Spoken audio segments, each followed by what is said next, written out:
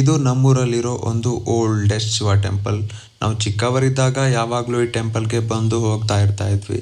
But ಇವಾಗ ಕೆಲಸ ಅಂತ ಊರು ಬಿಟ್ಟು ಬೇರೆ ಊರಿಗೆ ಹೋದ್ಮೇಲೆ ಅಲ್ಲಾಗಿರೋ ಫ್ರೆಂಡ್ಸ್ನ ಕರ್ಕೊಂಡು ಬಂದು ನಮ್ಮೂರಲ್ಲಿರೋ ಟೆಂಪಲ್ ಪ್ಲೇಸ್ನ ತೋರಿಸೋದ್ರಲ್ಲಿರೋ ಖುಷಿನೇ ಬೇರೆ. ಈ ಪ್ಲೇಸ್ನ ಸ್ಪೆಷಲ್ ಏನಂತ ಅಂದರೆ ವಾಟರ್ ಫಾಲ್ಸ್ ಮತ್ತು ಶಿವ ಟೆಂಪಲ್. ಈ ಟೆಂಪಲ್ ಲೊಕೇಶನ್ನ ನಾನು ನಿಮಗೆ ಡಿಸ್ಕ್ರಿಪ್ಷನಲ್ಲಿ ಹಾಕಿರ್ತೀನಿ. ಇನ್ನು ನಿಮಗೆ ಜಾಸ್ತಿ ಏನಾದರೂ ಡೀಟೇಲ್ಸ್ ಬೇಕು ಅಂತ ಅಂದರೆ ನನಗೆ ಕಮೆಂಟಲ್ಲಿ ಡೀಟೇಲ್ಸ್ ಅಂತ ಕಮೆಂಟ್ ಮಾಡಿ. ಇದು ಪುರಾತನ ಕಾಲದ ದೇವಸ್ಥಾನ ಅಂತ ಹೇಳ್ತಾರೆ.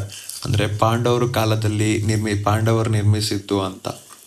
ಸೊ ಎಂಟ್ರ್ ಆಗ್ತಾನೆ ನಿಮಗೆ ನಂದಿ ನೋಡ್ಲಿಕ್ಕೆ ಸಿಗುತ್ತೆ. ಸೊ ಇದೆಲ್ಲ ತುಂಬ ಹಳೆಯ ಕಾಲದ ವಿಗ್ರಹ. ಫುಲ್ ಟೆಂಪಲ್ನ ಬರೀ ಕಲ್ಲಿಂದನೇ ಕೆತ್ತನೆ ಮಾಡಿ ಕಟ್ಟಿದ್ದಾರೆ.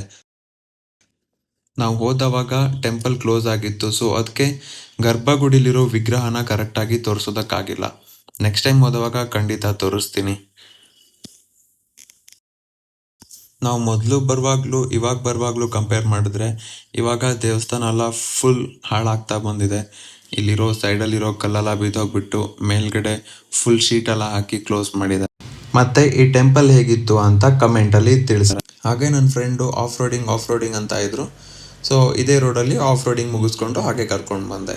ಆದರೆ ಎಲ್ಲರೂ ಗಾಡಿನೂ ಕೆಳಗಡೆ ಹೋಗ್ಲಿಕ್ಕೆ ಬಿಡಲ್ಲ, ಮೇಲ್ಗಡೆ ಜೀಪ್ ಇರುತ್ತೆ. ಸೊ ನೀವು ಅಲ್ಲಿ ಜೀಪಿಂದನೇ ಹೋಗಬೇಕಾಗುತ್ತೆ. ಯಾಕಂದರೆ ನಿಮ್ಮ ಸೇಫ್ಟಿಗೋಸ್ಕರ ದೂರದಿಂದ ಬಂದಿರ್ತೀರಾ. ಬಟ್ ಇಲ್ಲಿ ಗಾಡಿ ಏನಾದರೂ ಆಯಿತು ಅಂದರೆ ನಿಮಗೆ ಪ್ರಾಬ್ಲಮ್ ಅನ್ನೋಗೋಸ್ಕರ.